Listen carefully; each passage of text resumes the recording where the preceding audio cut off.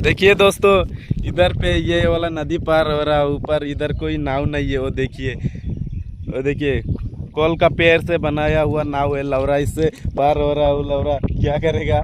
दोस्त कुछ बोलो। लवरा क्या जगह पे लेके आया तू? वो देखो, वो नाव चला रहा है लवरा जैसा। देखो लवरा, एक नाव भी नहीं, एक नाव वाला मिला। वो बोलता है उसका लवरा धान, पूरा धान लेगा, खेती में पूरा भीग रहा है। और ये देखो, इससे पार हो रहा है। ये देखो, ये वाला आप लोग देखिए।